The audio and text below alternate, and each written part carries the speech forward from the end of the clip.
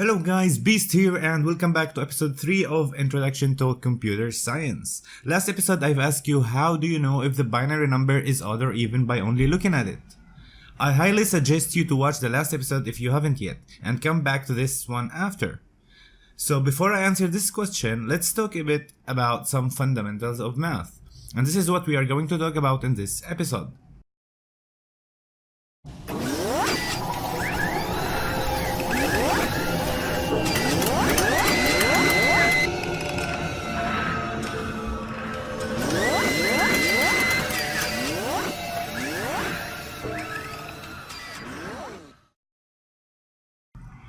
You have to know these basic stuff in math to move on with computer science. Let me tell you a real quick couple of facts about odd and even numbers.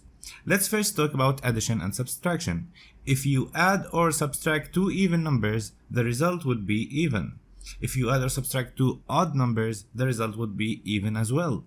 So in order to get the result of an odd number, you have to add or subtract odd and even numbers.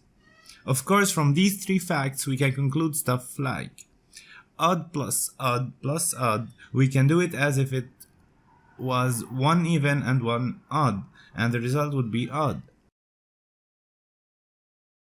Or if we do even minus even plus odd plus even or whatever, the result would be even since we can keep making pairs of numbers till we get the result.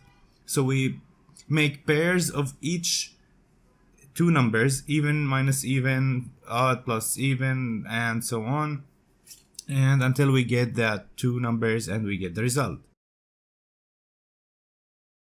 Now let's talk about multiplication.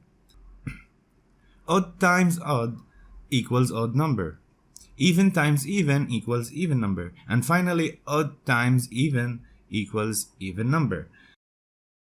So here are the tables that I've made for you. You can see that addition and subtraction give the same table results concerning if the number is odd or even. And the multiplication table as we have discussed it. Now after we've seen the tables, let's see what is the answer of the last episode. We can see that the binary number consists of multiplications of 2.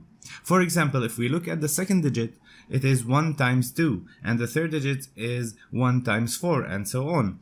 Of course, if the digit has 0, then it doesn't affect our result in order to know if the number is odd or even. So we know that from the second digit and forward, the number would be even since we are adding even numbers.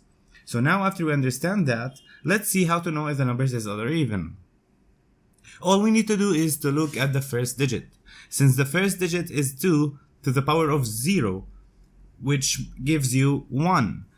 So if the first digit is 0, that means the number is even. And if the first digit is 1, then the number is odd. So we can conclude that the first digit is the deciding digit if the number is odd or even. Let's try that out and see in an example.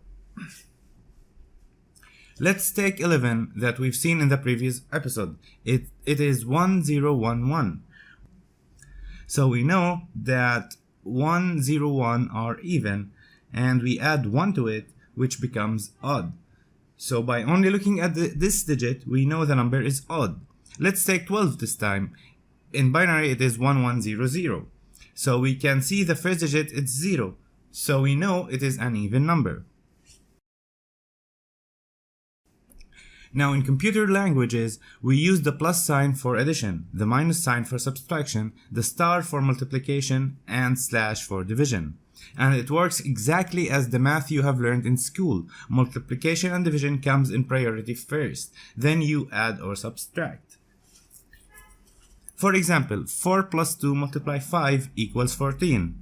Because we do the multiplication first, then we do the addition. So 2 multiply 5, it's 10, plus 4, it's 14. So what do we do if we want to add first, then multiply the result? Nothing changes from what you have learned in school. We just put parentheses to tell the computer to do the addition before the multiplication.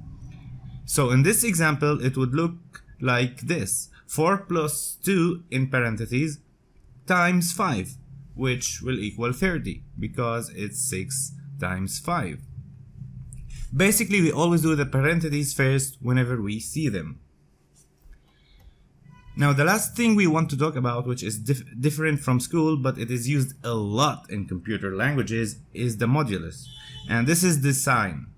Don't confuse it with percent. This is the modulus sign in computer languages, or you can call it mod in short. What it does is it finds the remainder after division of one number by another. Example, 5 divided by 2 is 2.5, right? Now, if we want only the whole numbers, or as it is called integers, 5 divided by 2 equals 2, because we can't have a half of a number in integers. But what does it really mean? It means 5 divided by 2 is 2 and it has a remainder of 1. This is when the mod helps us a lot. 5 mod 2 equals 1. 7 mod 4 is 3, because 7 divided by 4 is 1 and has a remainder of 3. This will help you a lot later on in computer science. But so I don't leave you confused, let me give you a popular example where it is used. How can you know if the number is odd or even? Let's say the number is x. So if you do x mod 2, it will easily tell you if the number is odd or even. If the number is odd, the result will be 1, and if it is even, the result is 0. Why? Because as you know from school, all even numbers can be divided by 2, so there would be no remainder if the number is even, thus we get 0. And of course, if it is odd, then it will have a remainder of 1. So this is it for this episode. Of course, I'm gonna leave you with a question to be solved in the next episode. I want to know what is the result of this equation. 10 divided by 2 multiplied by, in parentheses, 3 plus 2. If you solved it, let me know in the comment section below. Thanks for watching and see ya! If you found it helpful, make sure to leave a like and subscribe to get notified when my next video is up. And if you have any questions, don't hesitate to ask in the comment section below, and I'll try my best to answer your questions. Thanks for watching and see you in the next video. See ya!